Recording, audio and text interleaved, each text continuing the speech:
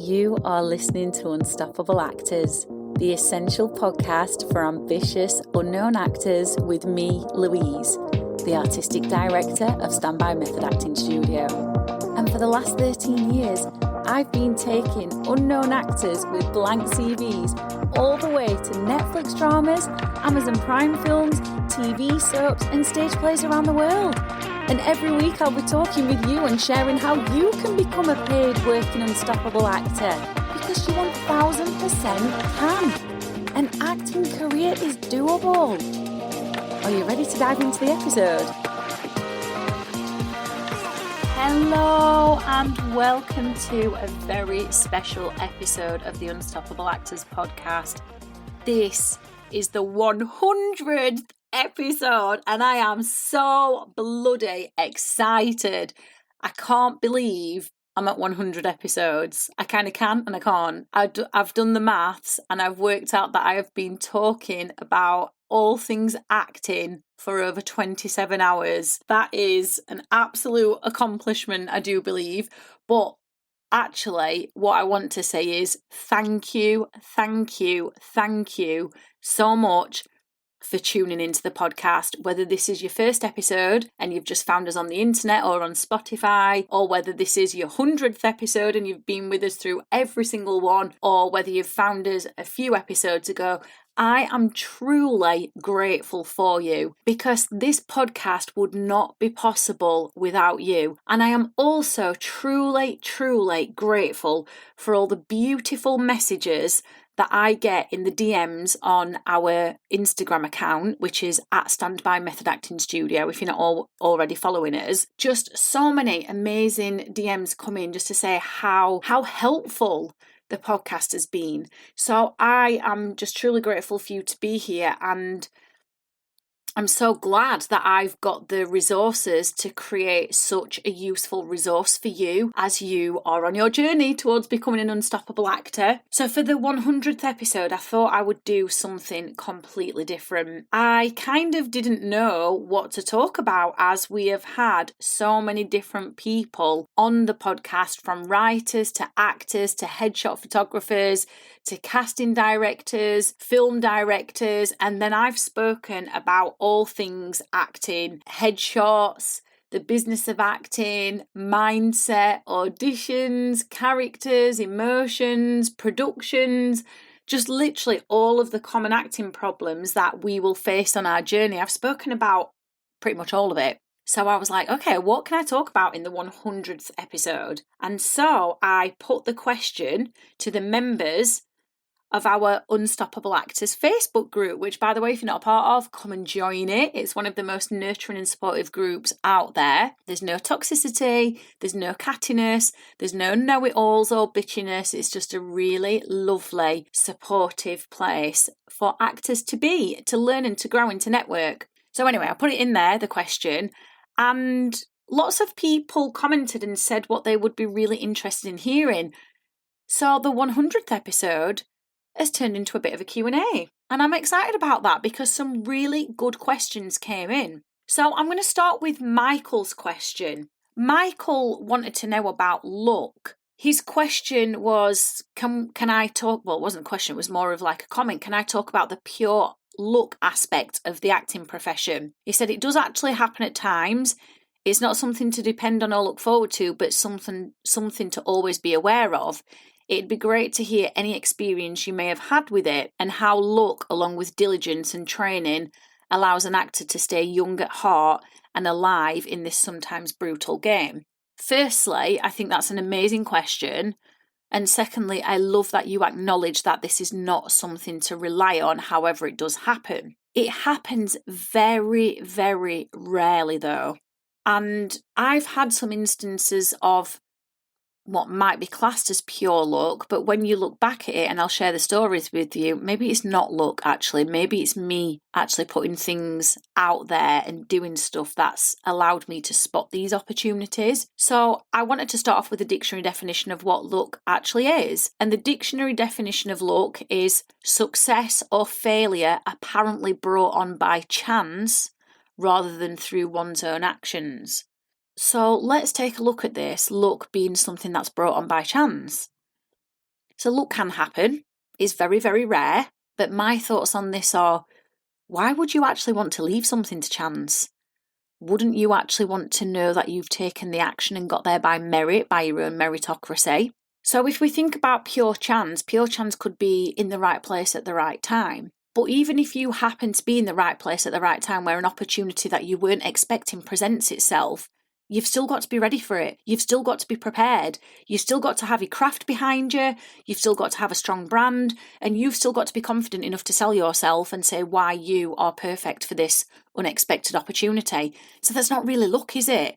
Because you've got to put all the action and effort in beforehand of training your craft, of learning about branding and knowing what your brand is, about developing such confidence and assuredness in yourself that when these opportunities do present themselves unexpectedly, you're ready for them. So I don't actually believe in pure luck, because there has to be a lot of things that happen beforehand as well. You know, pure luck for me might be, for example, Tommy Turgoose in This Is England. Wasn't an actor, was a young kid. Shane Meadows from Warp Films went round lots of different schools looking for the perfect person for a role in his film This Is England, which was the character of Sean.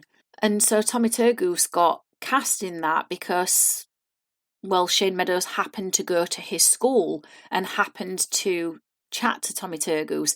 So that's pure luck. That would be pure luck, but that happens very, very rarely. I just would not let everything lean on that.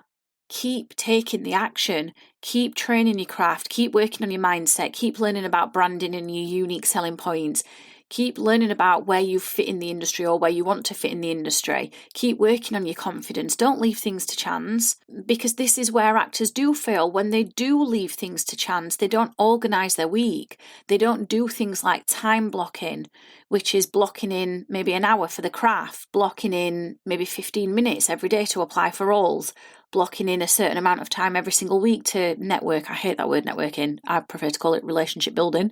They don't block in time for that. They don't block in time for promoting themselves on socials. They don't block in time for reaching out to casting directors, up and coming directors. So when they're leaving things to chance and things don't happen quick enough, they get deflated and they stop and they think, oh, well, it only happens for the lucky ones. When really the lucky ones are the ones who are actually putting in the action consistently. And that's what you have to do.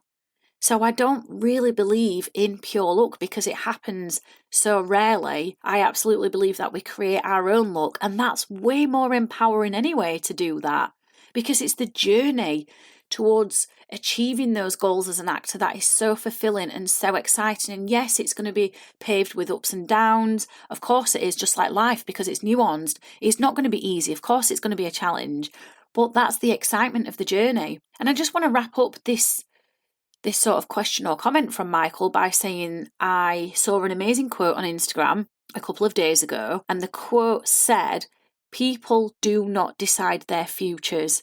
They decide their habits, and their habits decide their futures." And I wanted to leave that with you, because rather than wait for luck, create your own through the discipline of habit, even when it's getting challenging, even when you can't be bothered, through the discipline of action, because time is going to pass anyway. Do you want it to pass with you waiting for pure luck to happen?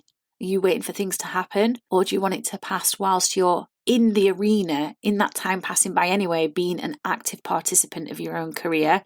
And as I've already said, for me, the fun is in the journey, and anything that comes up that may appear as lucky actually isn't, because I've worked towards that just the way you can as well.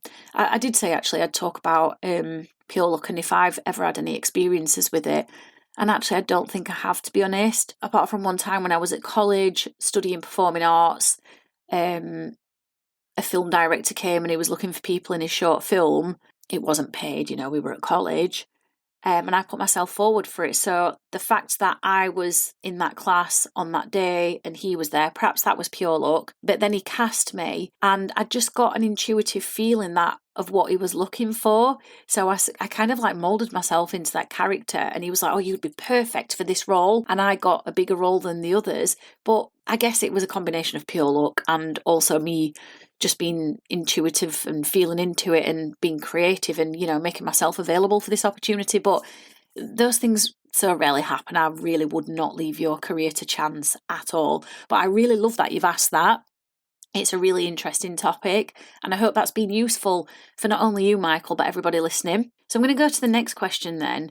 The next question came in from David, and David asked if I could give a reflection on what I've learned from my acting experience, the different podcast episodes, and how I've changed my mind on certain aspects of the industry. So I guess if we go to what I've learned from my acting experience is that, and it's taken me a long time to learn this, so you need to know that I first decided to become an actress when I was 14, and I'm obviously a very different person from then. I've still got a lot of, my roots are still the same. I'm still ambitious, I'm still visionary, I still know what I want, but some things have changed. I'm still brave, like that little 14-year-old Louise was, just in different ways, but I've actually learned to be brave. Be bold, be courageous, and don't give a fuck about industry norms. And when I talk about industry norms, and when I'm saying don't give a fuck about it, I'm not saying show up as arrogant and a know-it-all, because I don't value those things at all. That's not what I'm talking about. I'm talking about knowing what you value as an actor yourself and really working towards those things. So I value integrity. So I'm going to work with integrity. So when I'm talking about not giving a fuck about industry norms, I don't buy into this idea of the skint actor. It's a story that is perpetuated. And I'm not saying on an individual level people aren't skint. They absolutely are. They can be. And I've been there myself many bloody times. But what I've realised is I don't need to buy into that story. It's a choice to do that. Because if I bought into that story, I would hold myself back. And so will you if you do. You've got to find a way to make acting your life. That's something else that I've learned on my journey. I've managed to do this through running Standby Method Acting Studio, and my own acting career, because they feed into one another.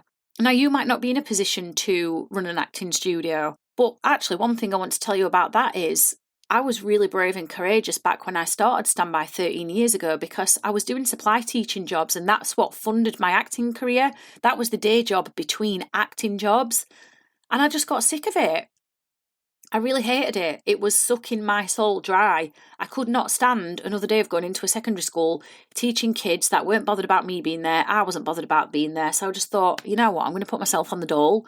And if you're not from the UK, the dole is government assistance. That was I'm not saying I encouraged this, but I feel like that was brave to do that, because it absolutely goes against the norms of society, against societal norms. I just put myself on the dole and thought, I'm going to figure this out. I will figure it out. And I was absolutely skint, let me tell you, because the dole it didn't then, it didn't pay very much money, and it doesn't now. So I was skint. And then a friend said to me, why don't you set up acting classes? And I was like, do you know what? I could do that. And I'm really passionate about method acting. And I know that method acting can transform people's lives. So I'm going to do it. And you know what? I just saved up my dole money. And I waited until I'd got £100. And then I had no idea about running a business, but I'd worked in sales before, so I knew about that. I knew about pitching, and I just created some really crappy flyers on Microsoft Word, and they were absolutely shit, let me tell you. They were really, really bad. But I was very, very resourceful. And so that's another thing I've learned, is to be resourceful, be a problem solver as an actor. And that's what I did. I solved a problem back then. I hated my job, so I put myself on the dole. Not ideal financially, but hey ho, I did it anyway. And then I found a way through my friends suggesting this idea. And Standby has just grown and grown and grown. And that was 13 years ago. And now here it is. But it feeds into my acting. The two complement each other. So yes, be a problem solver, be resourceful. And as an acting coach for the last 13 years, I know that actors aren't resourceful and they're not problem solvers. They see problems and become overwhelmed by them, but you can help yourself by figuring out how to overcome the problem. So let's just say your day job is working in sales, for example. How could you make acting your way of life through that while still obviously pursuing an acting career? Well, you could see the pitch as a performance. You could practice your craft pitching. You could pretend you're another character. You could get into another character as you're pitching. You could see it as a way of using your imagination. You could see it as a way of making a connection with someone. Just like when you're in character and you're on stage or you're on set, you've got to make that connection with your audience. Well, your audience, when you're pitching, is that person you're pitching to. And so that's how you can practice your craft. And then obviously any money that you get from your sales job, you use that to fund your acting career after you've paid your bills, your non-negotiable bills. So there's always ways that you can make acting your life, even with the current day job that you've got. Because we're in the art of emotions and the human condition. And in your job, you're going to be working with people, aren't you? But do make acting your life. That is definitely something that I have learned. I've also learned that having a mission is the most important thing because it keeps you going. My mission currently is to heal the world one audience member at a time, and I can do that both via standby and via my own acting. And when I was younger and I first started acting, I was getting bullied really badly at school. It was probably one of the most horrendous times of my life, and my mission was to get out of the council estate that I was brought up on. My mission was to get to drama school, so having a mission is really, really, really important because it keeps you going even when things get tough. I guess some other things that I've learned as well is that I'm always going to get things wrong, and that's absolutely okay. I feel as an actor, you've got to be, and I heard this word like years ago from a guy called John Assaraf, you've got to be humbitious. Humble and ambitious put together. So I embrace my failures and mistakes. Maybe, back when I was at drama school, my ego was, I'm not saying my ego was big as in I was arrogant, because I've never valued arrogance. I mean, my ego was big in terms of like trying to keep me safe. That's what like the real pure essence of ego is trying to keep you safe. So if I made a mistake, I would chastise myself, I'd self-deprecate, whereas now I don't. Now I embrace it and I'm like, you know what? I needed that mistake, because those failures are where the true lessons are. So I've really learned to humble myself in that way and not compare myself. I used to do that a lot in the drama school days, and I definitely do not do that now because I've been on a huge journey of self-worth. And I'll talk about that a little bit later with one of the other questions I got asked. And the other thing, though, is I've also learned to let go of feedback that's not constructive, feedback that's a little bit shitty. If feedback can't be given in a constructive and compassionate way with the objective being to help me develop and grow and learn something, I'm not here for it. I'm not available for it, and I'm not taking it on board. And what I've actually learned is that people project, not everybody, but a lot of people do project their own insecurities and their grievances onto others, especially actors, when it comes to giving feedback. And I'm not a sponge for that. I'm not available for it. So now I would literally see that for what it is and reject that feedback. And that doesn't mean I get argumentative with people. It just means you have your space to say it and that's it. It's not affecting me anymore. I didn't in the beginning, obviously, because I was new. I was a novice and I thought everyone was better than me. And I used to put people on pedestals and I thought, God, what do I know? And I thought you had to take shit feedback. But now I see myself as an equal in the industry. And right now, at this current stage of my career, I don't have any TV credits, but that doesn't mean I'm less than. I'm still an equal. So wherever you're at, if these lessons are resonating that I've learned, then take them on. Like, you can have them from me. Short on the time that it takes you to learn, because it took me a long, long time. A lot of stuff has shifted internally for me, and I've just learned to always take the approach of always learning as well, and that, there might never be an end in sight with the learning, and I'm totally cool with that because I am here for learning. I absolutely love it. The other things you've asked me, David, were, about the different podcast episodes and how I've changed my mind on certain aspects of the industry. And I guess the podcast has evolved and grown. And actually, I was saying to my friend yesterday, who I met in Leeds, I was saying that the podcast, whilst it's here to help you guys, and that's the primary purpose, it is actually also an evolution of my growth, as a person and as an actress. And I think really I still have the same thought process on a lot of things, especially because I'm really big on the mindset and the method and the business of acting. I guess the only thing I've really, and this is not to say I know it all, because I don't as well. Like, I'm always learning as an acting coach. But one thing I used to tell people on the podcast is I used to tell them when you were approaching agents to not approach any agents where they've got someone on the books like you, because that's a conflict of interest. That agent's probably not going to take you on board. But then somebody said something to me about a year and a half ago, which made complete sense. And they said, what you don't know from the agent's perspective is whether they're going to drop that person who fits your casting type in your category. So you might as well just apply anyway. And I guess that's a big thing that I've changed my mind on. I actually put that into practice last year and when I got my agent. So I guess that's what I've changed my mind on with that. And I'm not sure there's really anything else that I have changed my mind on, but I would definitely be open to sharing it in a podcast. Absolutely. I can't think of anything off the top of my head anyway, but I hope that's been useful and I hope that's helped you. Kristin asked me about mindset. And, she asked me whether my mindset has evolved and shifted, because she said mindset has been a big thing for her. And my mindset has in some ways, and has also stayed similar in some ways as well. Like I said earlier in one of the other questions, I've always valued integrity. I've always been a visionary, big imagination and ambitious. And that, I do think, it does take a mindset to be ambitious and to be visionary. And I guess to be a bit of a rebel as well. I guess as actors, we are rebels because we don't want a typical 9-to-5 job. Yes, we have to do that whilst our acting career gets off the ground, but it's not the be all and the end all. We are brave and courageous for pursuing an acting career because there's no guarantees with it. The only guarantees are whether you will show up for your acting career. So that's always been a big part of my mindset. So that part hasn't specifically shifted. But the things that have shifted is that I really value myself now. I really value myself. I know my worth. And not in an arrogant way again, because as I've already said a few times, arrogance is not something that I value. The one thing you should know about me is that I've always nourished my mindset. I've done this since, probably for about 18 years or so, I can't remember. I've always journaled actually since I was a teenager. It's just that the way I journal and the way I approach journaling changes now.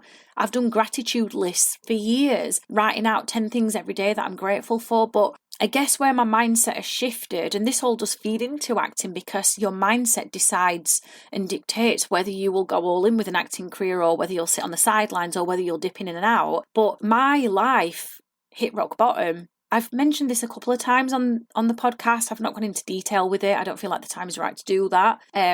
But it took my life to hit rock bottom from some abuse that I experienced and some losses that I experienced all in a short space of time. A lot of grief and abuse. And it took for those things for me to really find my worth within the mindset activities that I do. It's almost like I'd engaged with these and committed to them and I believed in them prior to this abuse and all the losses. And they did mean something to me, but I think hitting rock bottom gave me a whole new perspective on mindset. And I also think getting older has as well. And going through that abuse, and I really would not wish it on anyone. I don't want anybody to experience abuse, but really experiencing that and that person inflicting that upon me made me shift my mindset about what my worth was. And that's really what's shifted. And then that's had such a positive impact on my acting career, because that's changed so many things within my acting career. It's changed the whole idea of how I approach auditions. It's changed the whole idea of how I approach productions. I don't mean like craft-wise, because I will always use the method. The method is phenomenal. It really works for me. But I mean my mindset approach to it all. It's really shifted how I view networking, which obviously I view it as relationship building, which I said earlier. It's shifted a lot of things. And also as well, it made me reflect on my life and see life as something so precious, really precious. So yeah, that's kind of where I'm at with my mindset, and I'm hoping it inspires some thoughts in you, not just you, Kristin, although that was a really lovely question, a really good question. I loved you asking that, but everybody else who's listening as well. I really hope it's useful and is getting you to think. And then finally we had a comment coming from Fernando, who said he would really love to know about me, my path, my aims, my wishes and profound thoughts about my career. So about me, let's start there. I was brought up on a council estate in Sheffield. I never really had dreams of becoming an actress. I've always been really shy, or I was always really shy as a kid, but I was always creative. Always painting, I was always drawing, always reenacting like the 6 o'clock news, or doing impressions of actors that I'd seen on TV, or, getting my sisters to be in bands with me and they were the backing singers. I was the lead singer, or I was putting on dance shows for my grandparents in the front room, or I was always involved in something creative, like making things, recording myself singing. So I think it was actually inevitable that I would end up in the performing arts in some way. But as a little girl, I didn't have that confidence to do it outside the comfort of my own house. And it took an experience when I was 14 years old, quite a profound experience actually, to shake me up and get me to listen.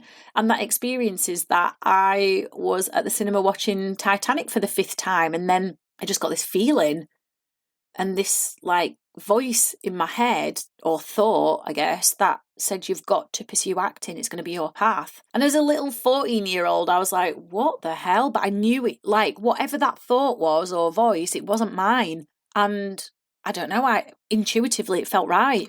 So I guess intuition has played a big part in my acting career. So yeah, I just followed it. I followed that voice. I decided to sign up for GCSE drama. GCSE drama is, when you would choose it as an option to do for your exams in secondary school in the UK. I don't know how it works like around the rest of the world. But yeah, and I got laughed at.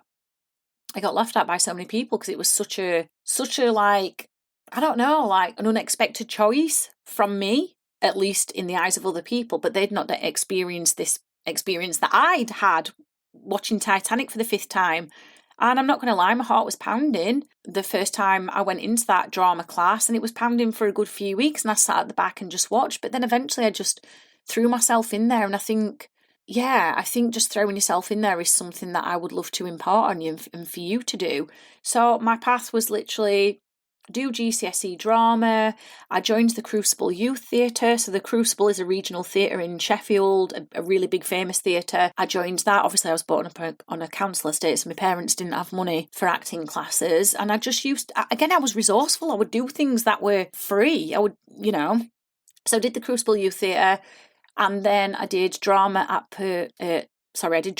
Norton College when I was 16 to 18, and then I just took the route of drama school because that's what I wanted to do. Drama school didn't really give me everything that I needed. I actually came out of drama school with way less confidence, way less talent, not believing in myself, and actually not a very good actor.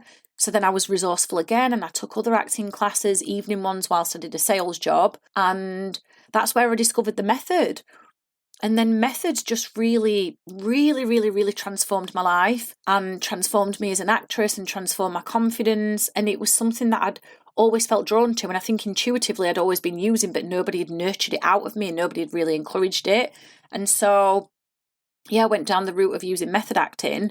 And I first got cast in a panto when I first came out of drama school, got paid for that. I got cast in a film with Stephen Graham, who was a big UK actor.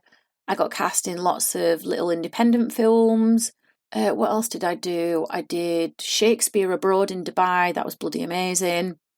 Did a lot of feature films, and then took a big break from acting and focused on standby and focused on building up other actors' careers. And then in the back end of 2021, I think it was, I was getting a lot of intuitive nudges again to go back into acting and resurrect my own career. And I started doing that. I started doing a lot of work in the background that I didn't really talk about.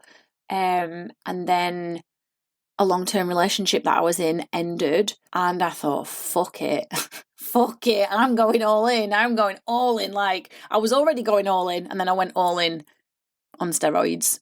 And I relaunched my acting career last year, got my highest paid job to date last year, turned my first audition back into the industry into a paying job, done theatre since then, done other bits and bobs. And I guess like I really focused on the business of acting as well. I really focused on that as well as my craft and my mindset. I just combined it all.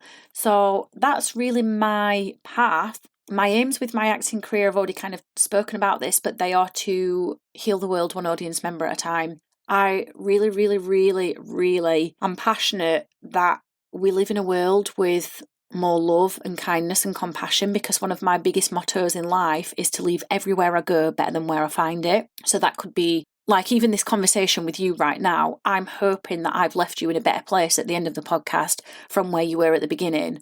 Any interactions I have with anyone, I'm hoping that I've left that person in a better place than when I first met them. Or even like, let's say, a hotel room. If I go to a hotel room, I'm not trashing it. Like, I want to leave it better than when I found it. So I'm making that bed, I'm tidying up after myself. That's just something that filters through into my entire life. And that feeds into my mission to heal the world one audience member at a time, because I really hope on some level I can leave some sort of legacy behind, which is I want to leave the world a better place than when I came into it in 1985. Like, whenever my expiration date is, whenever I die, I'm just hoping the world is a better place and that I've contributed to that. And I would love to think that my work has touched people so deeply that they've been able to become self-aware and they've acted from from a place of more love and kindness towards themselves and then towards others. So that's my big aim with my acting. And I hope you've got big aims with yours as well. And of course, that plays in, you asked me about my wishes, that plays into that. But I just also wish the industry would be less catty. I'm not saying the entire industry is like that, but there are certainly groups on Facebook where there's cattiness and I really don't like it. I really wish that would just ease off. And any profound thoughts about my career, you asked, Fernando? I guess the only profound thought that I have is that my career, it's not even really a profound thought, but it's just something I've noticed. And maybe you'll notice this with your careers as you develop and grow as well, but my career seems to reflect my life. Whatever stage of my life I'm at, I seem to get characters that are an extension of me and reflect the experiences I've been through. It's just something I've noticed.